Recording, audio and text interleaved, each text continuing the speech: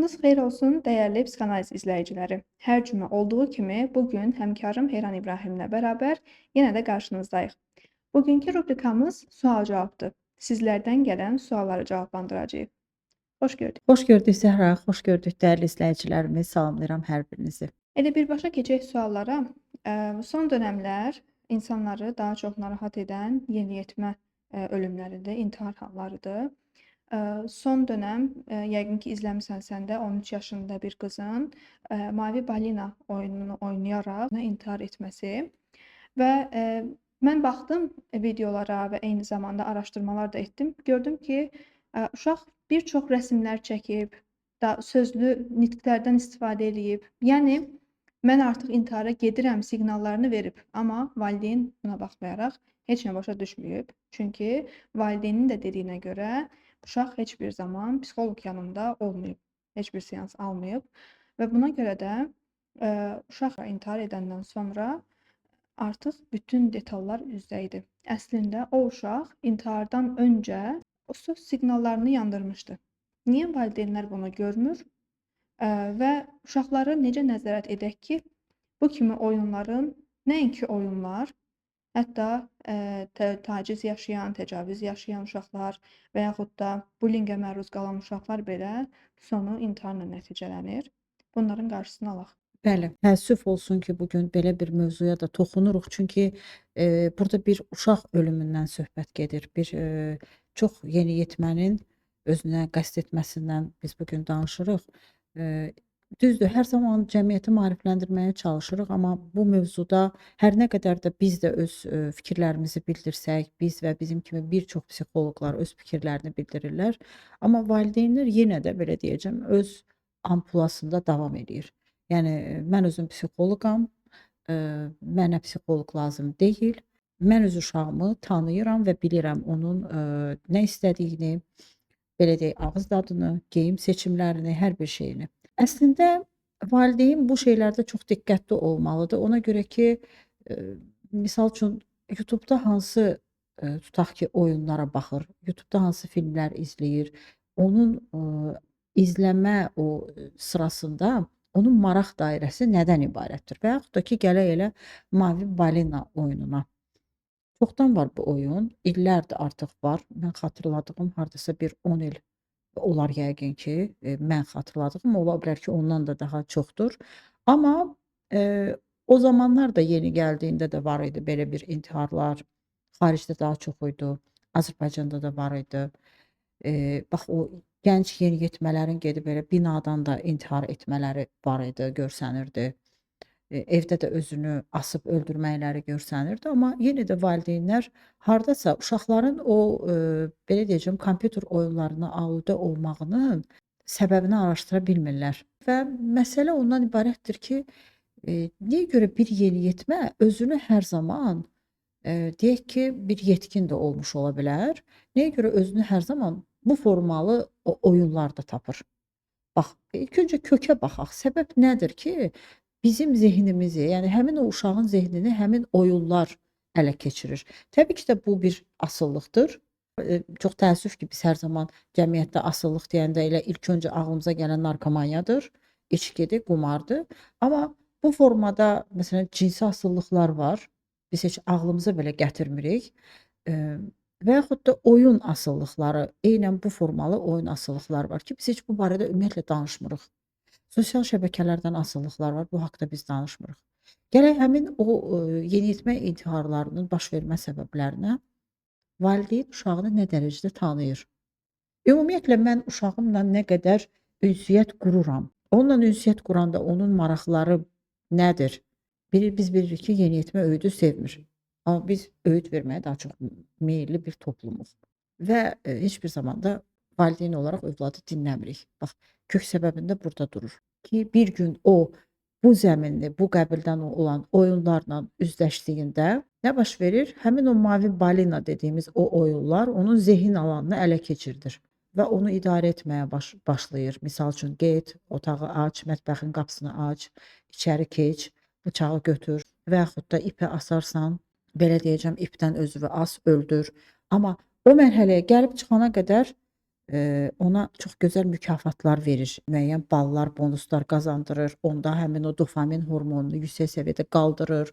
Ünsiyyət qurur hətta. Bəli, ünsiyyət qurur, Çünki dostluq edir. yeniyetmənin daha çox ünsiyyətə ehtiyacı var. Hı hı. Və yeniyetmə zaten psixoloji cəhətdən zəif olduğu üçün Bəli. o oyunu oynayır.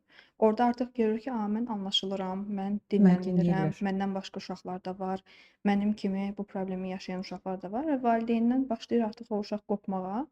Nə edir? Oradan daha çox asılı vəziyyətə gəlir, öz dərdini Bəli. danışır, onu dinləyən bir insanın olduğunu düşünür və yaxud da bir robotun belə dinlədiyini düşünür. Və kök səbəbində isə elə dediyin kimi Hı hı. valideyndir əsas günahkar. Bu gün başına dizinə döyməklə valideynlik olmur. Valideynlik o yeniyetməlik dövrünə qədər o uşağın yanında olmasıdır. Hətta bəzən biz psixoloqlar bu haqqda danışanda valideyn deyir ki, neyniyim mən həm anayam, həm atayam evdə və yaxud da ki, Hı uşağı hı. tək böyütməyə çalışıram. Mən işəmi qaçım yoxsa uşağın arxasınca mı? İş sonra da var, ev işi sonra da var, yemək bişirməkdir sonra da var. Amma ən azından o uşağı dünyaya gətirmisənsə və o uşaqdan cavabdehsənsə, hər nə olursa olsun, birinci növbədə öncəliyin övladın olmalıdır. Yəni biz bunu dediyimiz zaman çox vaxt belə düşünürlər ki, həm psixoloqlar bizi anlamır, onlar bəlkə də bizim həyatımızdan xəbəri yoxdur deyə belə asanlıqla danışırlar. Xeyr, biz də bu cəmiyyətin insanlarıyıq. Bizi də bu cəmiyyət yetişdirib və bunun üçün də sizi çox yaxşı anlayırıq. Sadəcə olaraq övladınızın daha sonrasında intihara meylli olmaması üçün, təcavüzə, tacizə məruz qalmaması üçün biz bunları sizə deməliyik ki, nə olursa olsun, övladınızla ən az gün ərzində 1 saat belə danışın. Onun dərdini soruşun. Gününün necə keçdiyini soruşun. Əhatəsinə baxın, dost çevrəsinə baxın. Necə dostlarla oyun oynayır? Necə dostlar əhatələnib onun yanında? Ən azından gizli proqramlar var. Bu gün biz daş dövründə qalmırıq ki, deyək telefonları Bəli. izləyə bilmirik. Yönləndirmə edin. Övladınızın belə bundan xəbəri olmasın. Övladınızın nəyə görə bundan xəbəri olmasın? Çünki siz artıq onun bir şəxsi alanına girmiş olacaqsınız və ona görə də ola bilər ki, sizlə orada qırılsın, ona pis təsir etsin, bir travma yaşamaması üçün ən azından bunu gizlin edin. Zaten böyüyəndə başa düşəcəklər. Və yeniyetməlik dövrü digər yaş dönəmlərindən fərqli bir dövr deyil. Dəyərli Bəli. izləyicilərimiz, bunu sizə deyək ki, siz 9 yaşında uşağın yanında olduğunuz zaman, 10 yaşında, 8 yaşında onu dinlədiyiniz zaman, onunla vaxt keçirdiyiniz zaman yeniyetməlik dövrü daha yaxşı keçəcək. Yox, əgər bu gün yeniyetməlik dövrü böhranlı keçən ailələr necə ailələrdir? 8 yaşına qədər, 9 yaşına qədər uşaqla danışmayıb, onunla ünsiyyət qurmayıb, dərdini soruşmayıb, birlikdə zaman keçirməyiblər. 11 yaşında, 12 yaşında yeniyetməlik dövründə deyir, gəl otur qarşımda, mənlə danış. Bu da doğru yanaşma deyil. Və bu gün təkcə valideynləri günahkar çıxara bilmərik biz. Birbaşa bu mövzuda ikinci dərəcəli günahkar varsa, o da məktəb psixoloqudur. Məktəb psixoloqu hara baxır? Məktəb psixoloqu şəxsi sənəd yazan biri deyil, kitabxanaçı deyil, müdirin katibəsi deyil. Məktəb psixoloqunun birinci dərəcəli vəzifəsi uşaqların yanında olmaqdır. Sinif-sinif gəzməkdir. Onlarla oyunlar oynamasıdır, psixoloji oyunlar oynanılmasıdır, onların yanında olmasıdır. Bu gün müəllimə deyə bilmədiyi sözü bəlkə də uşaq gedib məktəb psixoloquna deyəcəkdir. Və yaxud da art terapiyadan istifadə edə bilərsiniz. Amma biz nə edirik? Məktəb psixoloqunu ayda ildə bir dəfə gələn yoxlama ilə səhv salırıq. Çünki heç bir şəkildə məktəb psixoloqu məktəbdə görülmür. Uşaqların arasında görülmür. Uşaqlarla ünsiyyət qurulmur. Bəlkə də o uşaq, həmin o yeniyetmə müəlliminə deyə bilmədiyini, valideyninə deyə bilmədiyini məktəb psixoloquna deyə bilərdi. Çünki uşağın özün də gördün ki, dəftərlərinin yanında şəkillər var. Karakullar var idi. Qara-qura şəkillər var, depressiyada olduğunun əlamətidir. Bəli. Bizə acil SOS işığı yandırır ki, bu uşaq intihara meylli bir uşaqdır.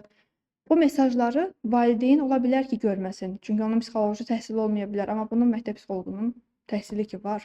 O ki, ən azından uşaqlarla şəxsi iş aparsaydı, o zaman görə bilərdi. Biz hələ ora baxaq görək, ümumiyyətlə məktəbdə psixoloq varmı? Ümumiyyətlə məktəbin psixoloqunun sırf elə psixologiya diplomu varmı? Ümumiyyətlə diaqnostikanı aparmaq üçün və diaqnoz qoymaq üçün və seansları keçirmək üçün ən aşağısı onun bir klinik psixologiya diplomu olmalıdır. Ümumiyyətlə bu şeylərə diqqət olunurmu? Mən bəzən deyirəm, bəlkə də sərt səslənmiş olur dəyərli izləyicilər, amma bizim cəmiyyətdə ümumiyyətlə təhsil sistemində böyük bir problemlər var. Bu da bir ayrıca mövzudur. Onun üçün də yəni heç nə başdan düzgün getmir. Yəni təhsil sistemindən tutmuş məktəb psixoloqunun işinə qədər. Ki sən demişkən orada bir art terapiya olunmalı idi. Art terapiya olunacaq deyəndə orada bir izoterapiya zaten uşağın o yazılarında belə deyək, o test kitabında biz görmüş olduq, qıraqda kənarda o çəkdikləri var idi. O şəkillər qışqırırdı. Yəni test kitabında kənarda, yəni onun bir pedaqoqlara da, yəni bəlkə də qışqırırdı, amma Sovetlər dönəmində təbii ki bizdə belə bir şey var idi. Pedaqogika və psixologiya kafedrası bir yerdə idi. Yaxşı pedaqoqlar, yaxşı bir psixoloqlar idi. Yəni bu təkcə o dönəmlərdə deyildi. Hal-hazırda da pedaqoqların özü də gözəl psixologiya təhsili alır. Yəni məsələ ondan ibarətdir ki, ən azından orada bir sos siqnalı var idi, orada bir həyəcan təbili var idi, orada bir depressiya əlaməti var idi, orada bir psixoz göstəriciləri var idi. Niyə görə bunlar görməzdən gəlinir və hansısa bir körpəcan öz-özünə qıyır və onun idarəsi təbii ki də həmin o oyunların əlinə keçmiş olur. Orada idarəçi, orada valideyn, orada başçı həmin o mavi balina oyunundakı, yəni o belə deyək, uşağın o fikrini, o zehnini, o psixikasını ələ keçirən olur. Yəni bunların hər biri psixoloji məqamlardır, amma niyə görə gözdən qaçır? Niyə görə biz hər şeyi itirdikdən sonra dərk edirik? Niyə görə biz hər zaman bir şeylərin faciəsini yaşadıqdan sonra anlayırıq ki, kaş ki psixiatra aparardım, kaş ki həkimə aparardım. Biz bu gün psixoloqa getməyə özümüzü ayıb bilirik.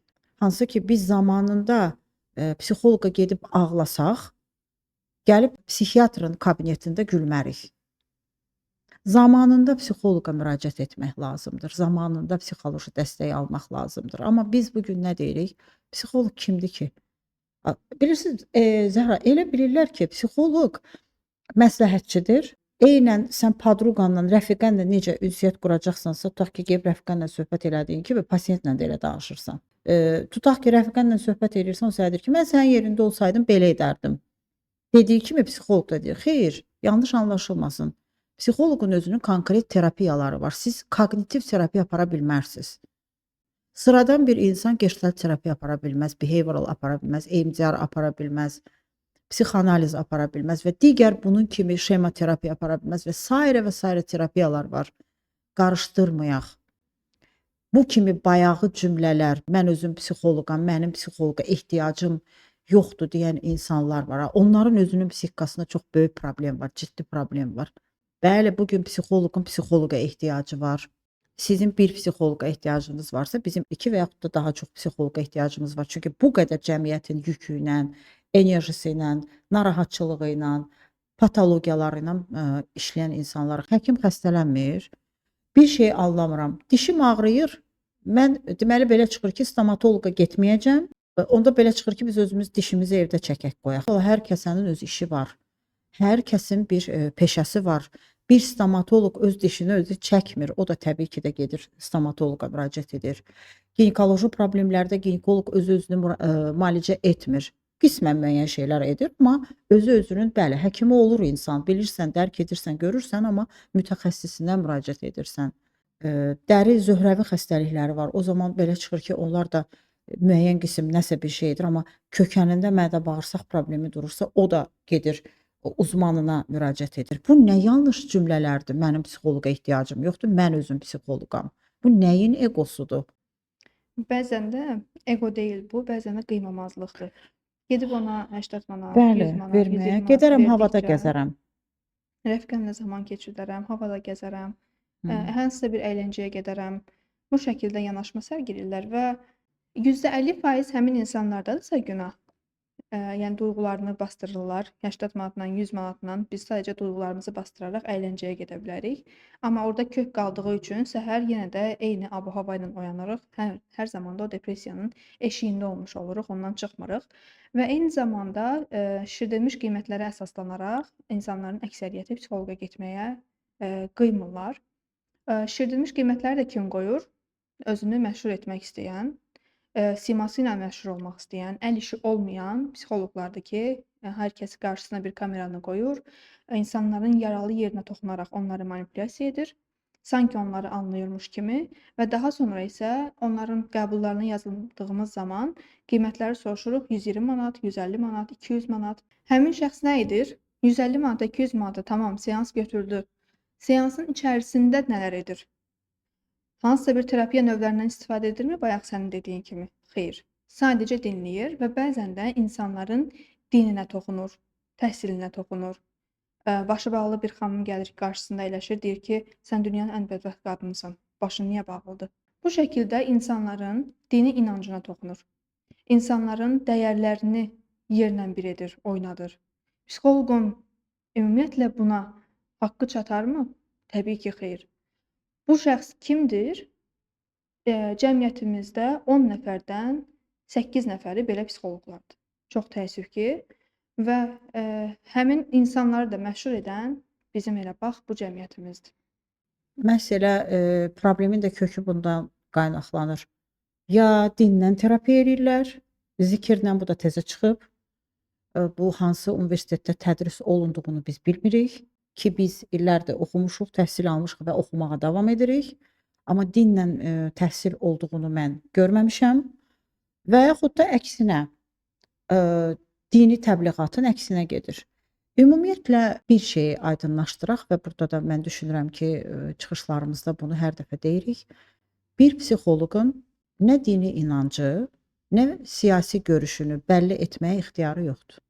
Siyasi görüşü və yaxud da dini varsa və yaxud da yoxdursa, onun özünə aiddir ki, bu protokol qaydasına ziddir və heç bir zaman qarşı tərəfdəki danışanın siyasi görüşü və dininə toxunmağa da eləcə ixtiyarı yoxdur. Və orada qınamaq və yaxud da danışanın, pasient deyək, onun danışdığı mövzuları başqa yerdə danışmaq, başqalarına ötürmək, belə deyək, anonimlik və məxfilik qaydalarını pozmağa ixtiyarı yoxdur ki, buna da bizim konstitusiyamızda toxunulub. Bir neçə maddələr və bölümlərdə, misal üçün deyək ki, elə 32-ci bölmədə də orada göstərilir ki, ümumiyyətlə biz orada 1, 2, 3-cü bölmələrdə, yəni qəti şəkildə bir pasientin sirrini çıxartmağa ixtiyarımız yoxdur. Eləcə də din mövzusuna qayıtsaq, bizə budist də gələ bilər, ateist də gələ bilər, bizə dini inanclı insan da gələ bilər, müslim, qeyri-müslim, yəhudi, xristian, fərq etmir. Hər kim gəlirsə, gəlsin, bu bizim sadəcə olaraq pasientimizdir. Bizim onun dini, belə deyək, inancına, yenə də deyirəm, ateist və yaxud da dində olan, deist olsun, hər kim olursa, toxunmağa ixtiyarımız yoxdur. Bu insanın şəxsi görüşü, şəxsi seçimi və özünün şəxsinə aid olan bir şeydir. Nə də bizim dini təbliğ etməyimizə və yaxud da ateizmi, deizmi, budizmi və digər dinləri təbliğ etməyə ixtiyarımız yoxdur. Eləcə də pasienti, qarşımızda əyləşən bir insanı qınamağa ixtiyarımız yoxdur. O zaman biz qeyri-peşəkar sayılırıq. Bu yaxınlarda da bir pasientimdən eşitmişdim bunu. Məndən öncə gedən bir psixoloqu deyir ki, mən depressiyadayam, əhval-ruhiyyəm yaxşı deyil. Gündəlik olaraq özümü gah yorğun hiss edirəm, gah çox yaxşı hiss edirəm. Yəni duyğu çöküş yaşayıram Bəli. bəzən. Dedi ki, get 3 rükət namaz qıl, Nə gözəl. həm də zikirlər et. Hı. Sənə ən yaxşısı o gələcək, özünü toparlayacaqsan. Bu yaxınlarda anonim şəkildə soruşdum. Qiyməti 220 AZN-dir seansı. Nə gözəl. Və bu şəkildə zikirlə həmin insanın əhval-ruhiyyəsinə çox yaxşı gəldiyini düşünür. Bu terapiyadan istifadə edir, O belə deyək. 200 manatlıq o belə deyək də, o seansı eləmək üçün mütləq şəkildə o psixoloqa getmək lazım idi. Onu elə evdə də eləyir də zaten, deyilmi? Bunun üçün mütləq şəkildə 200 manat Axı ödəmək lazım həmin idi. pasient ümumiyyətlə İslam dininə mənsub biri deyil. Nə zikir, nə namaz, heç nə. Və həmin psixoloq çox təəssüf ki, ona özünə görə doğru terapiya növündən istifadə edərək özünə qaytarıb. Sırıyır belə deyək. Hər an düşünürəm ki, gündəmi son zamanlar zəbt edən mövzulara toxunduq. İndi isə elə verilişimizin əvvəlində dediyimiz kimi sual-cavaba keçək. Bizim izləyicilərimizdən gələn sualların içərisində budur ki, erkən yaşda ailə qurmaq qadınlarda hansı psixoloji pozuntulara səbəb ola bilər? Çox gözəl bir sualdır Zəhra. Çünki biz buna son dönəmlər çox rastlayırıq əslində. Ümumiyyətlə konstitusiya ilə də götürəndə, qanun qayda ilə də biz götürəndə biz görürük ki, orada nigah yaşı 18 tamam olduqdan sonra göstərilir, amma 18 belə insanın psixoloji yaş faktorunun hazır olmadığı bir dönəmdir əslində. Mən deyərdim ki, psixoloji yaşın ümumiyyətlə ailə üçün erkən nigahın 18 yaş belə çox azdır. Əslində olan nədir? Bir insan özünü artıq ailə məsuliyyətini dərk edəcək yaşda hiss etdiyindədir.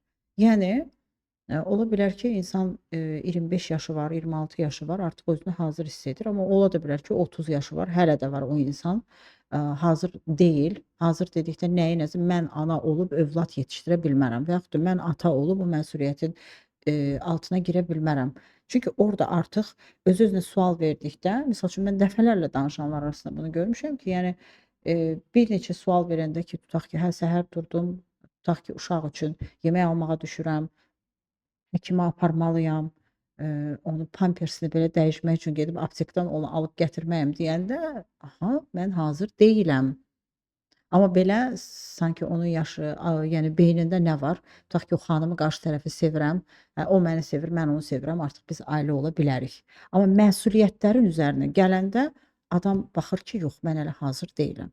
Ümumiyyətlə valideyn anatomik olaraq baxır ki, tutaq ki, insanın 19 yaşı var, deyir ki, sən artıq hazırsan, tutaq ki, ailə qurmalısan, xanımdırsa ərə getməlidir, bəydirsə ailə qurmalısan deyir.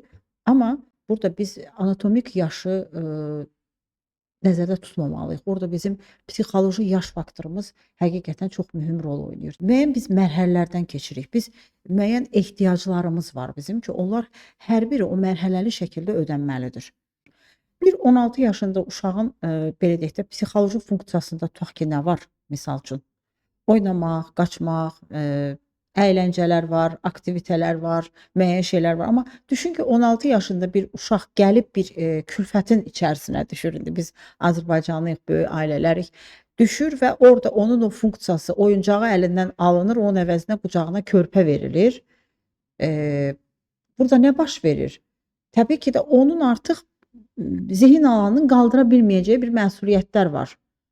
Ki, mən misal üçün baxır ətrafa görür ki, uşaqlar, rəfiqələri, onlar əyləncə ilə məşğuldurlar, dərsə gedirlər, instituta hazırlaşanlar var. Amma mən neynirəm? Mən bugün köçlü, külfətli bir ailənin içinə düşmüşəm, qucağımda körpə var, uşaq ağlayır, evin qayğıları, yemək bişirməliyəm, ev təmizləməliyəm və zihin başlayır burdan elə bil ki, yüklənməyə. Elə oradan başlayır depressiyalar xanımlarda. Bir də bir posttravmatik stres pozuntusu olur. Məsəl üçün, doğuş sonrası travmalar baş verir qadınlarda. Çox vaxt o hamiləlikdən sonra baş verən, yəni uşaq dünyaya gələndən sonra biz nə qədər depressiyalarla rastlaşırıq. Zaten bunun zehni alanı qaldıra bilmir o yükü. Bir analıq duyğusu var, artıq orada məsuliyyətlər var.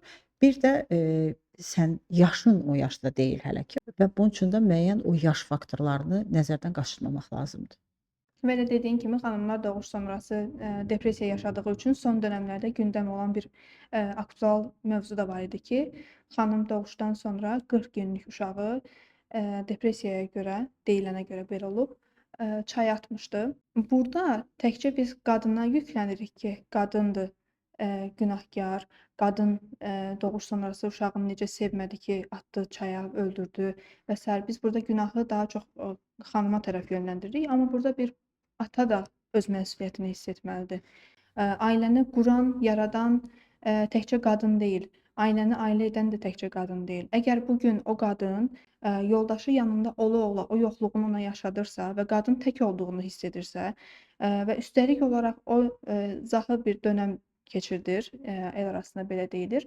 Hansı ki, bu dönəmdə uşağın yanında daha çox ata da nəvaziş göstərməlidir, uşağın yanında olmalıdır, yoldaşının yanında olmalıdır. Və bu gün həmin o xanımlar bəzən tək qaldığı üçün də aşırı depressiyaya girir. Ailə qurmaq deyirsən, məsələn, 18 yaşında konstitusiyaya əsasən, bəzən olur ki, 18 yaşındakı xanımlarımız evdə qalmış xanım olaraq adlandırılır rayonlarda, Müəyyən kəndlərdə. bölgələrdə düzdür. 15-16 yaşı var, əgər ərə getməmisənsə, deməli evdə qalmısan. Bu damğanı uşağın üzərinə qoyurlar. Niyə uşaq deyirəm? Çünki bu dönəm yeniyetməlikdən sonrakı ilk azad bir dönəmdir.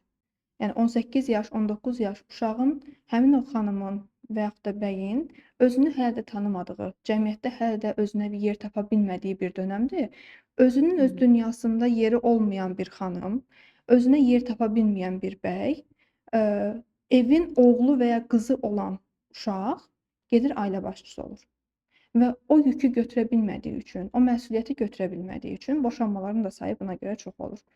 Və bu gün yalnız xanımların üzərinə bu yükü atmamalıyıq. Ailəni ailə edən təkcə xanım deyil, hər iki nəfərin də birlikdə addım atmasıdır. Və buna görə də o deyim var ki, xanım evinin xanımı olmalıdır, evi o daşımalıdır. Həmin o analardır narsist oğlan böyüdən. Eyni. Həmin o analardır məsuliyyətdən qaçındıran öz övladını. O analardır ki, öz övladına məsuliyyət vermir, daha sonra isə ondan bir ailə olmasını gözləyir. Bizdə ailə məfhumunu sən və yaxud da məndən ibarət olduğunu ötürürlər. Hansı ki, ailə məfhumu sən və mən olmur. Ailədə biz olur. Çünki orada artıq hər kəs öz məsuliyyətini bilir. Qarşı tərəfin incidiyini belə sən artıq anlayırsan və ondan məqamında üzr istəməyə bacarırsan və hər kəs orada öz günahını bilir, öz etdiyi yanlışı bilir. Hər kəs öz açısından baxaraq, yəni artıq səndə bu səhv var idi, məndə də bu səhv var. Onu gəl düzəldək bərabər şəkildə, amma illa da hər şey sənin üzərindədir, bütün məsuliyyətlər və bütün yük sənin üzərində və hər zaman günahlandırma mövqeyində olursan ki, belə olmur. Əslində ailədə biz olmalıdır. Səndə günah varsa, o günahın yarısı da məndədir deyə düşüncə olanda təbii ki də o ailəni yürütmək olur. Heyran, elə ağlıma gəlmişkən bir söz deyim. Ümumiyyətlə hər kəs evlənmək məcburiyyətindədirmi? Yəni niyə cəmiyyətdə 20 yaşında, 25 yaşına gəlmisənsə mütləq ərə getməlisən, ailə qurmalısan, 30-35 yaşında evdə qalmış damğasını vururlar sənə.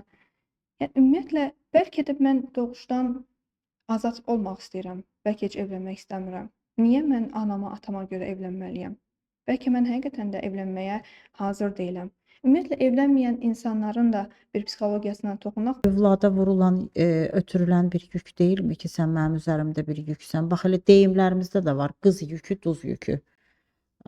Qız ağacı, qoz ağacı, bilmirəm bunu kimi deyimlər. Deyimlərimizdə belə, atalar sözlərimizdə belə başdan yanlışlar var. Fikir vermisənmi cəmiyyət olaraq, yəni biz toplu şəkildə bu bizə bir lövbər kimi atılıb. Ya uşağa o qədər deyirlər ki, müəyyən bir yaşa qədər mənim üstümdəsən.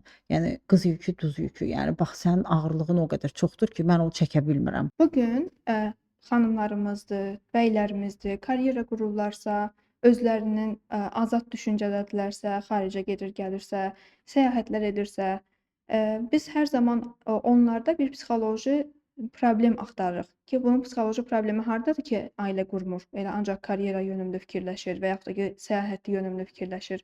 Ümumiyyətlə evlənmək istəməyən insanların psixoloji problemi varmı, yoxsa bu insanlar azaddırlar, öz istədiklərini də yaşaya bilərlər bu həyatda? Əslində bizim cəmiyyətdə belədir. Bizim mentalitetdə belədir. Yəni digər cəmiyyətlərdə belə bir anlayış yoxdur. Hətta evləndikdən sonra, evlənməmişdən öncə də insanlar bərabər şəkildə bir-birlərini tanıyır, bir evdə yaşayırlar. Düzdür, mən demirəm, bura Azərbaycandır, bizim mental dəyərlərimiz var, adətlərimiz var və biz öz örf və adətlərimizə bağlı bir millətik. Amma belə bir anlayış və belə bir deyim yoxdur ki, mütləq şəkildə hər kəs ailə qurmalıdır. Sən dünyaya gəlmisənsə, yüksən mənim çiynimdə övladı. Yəni sən karyera qurmamısan, dünyaya gətirmişəmsə mütləq şəkildə ailə qurub ana olmalısan. Gözəldir, ailə gözəldir, övlad gözəldir, hər bir şey. Amma bəzən də insanların şəxsi sərhədlərinə çox toxunuruq biz. Bəzən də insanların şəxsi seçimlərinə, sərhədlərini basıb o tərəfə keçməyi özümüzə borc bilirik hətta bu dərəcədə deyərdim. Amma təbii ki də burada da seçimlər azaddır. Hər kəsin öz şəxsi fikri var və ona həmişə də biz hörmətlə yanaşmalıyıq deyə düşünürəm. Sən demək tərəfinə toxundun daha çox. Mən isə deyirdim ki, seanslarda da gördüyüm qədərilə xanımlarımıza bunlar hiss etdirilir. Uşağın 13 yaşı var, 14 yaşı var. O uşağa biz oyuncaq alıb verməkdənsə, ona qazan dəstləri yığırıq, pal-paltarlar yığırıq, süfrələr cürbəcür yığırıq ki, bunlar sən ərə gedəndə istifadə olunacaq. Yəni 13 yaşından 14 yaşından etibarən qızlar artıq ər evinə hazırlanır. Tamam, bugün biz ata evində yükük, daha sonra ər evində yükük, çünki özgə ləqəbi yeyilir, yəni həmin xanımlar ki, qaynana daha çox dava-dalaşda nədir? Özgə qızı. Bu şəkildə özgələşdirilirik və daha sonra isə görürük ki, bizim bu qədər yaşamışıq 40 yaşımıza qədər, 50 yaşımıza qədər, amma bizim heç vaxt özümüzün bir evi olmayıb, özümüzün yuvası olmayıb. Mən ola bilməmişəm, öz istəklərimi yerinə yetirə bilməmişəm və öz istəklərimi yerinə yetirə bilməyən mən nə edirəm? Öz övladıma bunu aşılayıram. Mən edə bilmədim, sən et. Mən yaşaya bilmədim, sən yaşa. Bu formada yüklənirik də biz. Özümüz edə bilmədiyimizi uşaqlarımıza yükləyirik. Daha sonra isə onlardan tələb qoyuruq ki, mən güclü ola bilməmişdim, sən güclü olacaqsan. Və elə burdan da qız uşaqlarına gəlib çıxır, qız uşağı ləqəbi ilə bu ad altında övladlarımıza ötürdüyümüz o yanlış fikirlər. Bu gün sən atan evindəsənsə, onlardan asılısan, atan nə deyirsə, onunla oturub durmalısan, öz şəxsi seçimlərin yoxdur, öz istədiklərin yoxdur, edə bilmərsən. Daha sonra isə nə deyilir? Ər evinə get, ərindən icazə al, ərin əgər icazə verərsə, edərsən. Tamam, o zaman mən bu gün atamdan çəkinirəmsə, yoldaşımdan çəkinirəmsə, öz istədiklərimi nə zaman yerinə yetirəcəm? Bu şəkildə qısıtlamalarla insanlar, qadınlar daha çox ya boşanaraq azad olmaq istəyir, ya da ümumiyyətlə evlənməmək istəyir. Və bu gün cəmiyyətimizə baxaq, 18, 19, 20 yaşındakı gənclərimizi danışdırsaq, görərik ki, onların heç bir şəkildə evlənməklə bağlı düşüncələri yoxdur. Çünki elə həmin o düşüncələrin hər biri onlara neqativ olaraq beyinlərində hopub, onlar üçün evlənmək qısıtlanmaqdır, evlənmək azadlığın əlindən alınmasıdır, öz istəyini edə bilməməkdir və buna görə də elə ən yaxşısı öz istədiyimi edərəm, azad olaram deyərək evlənməməyi tərcih edirlər. Bir psixoanalizin daha sonuna gəldik. Növbəti verilişdə görüşərik.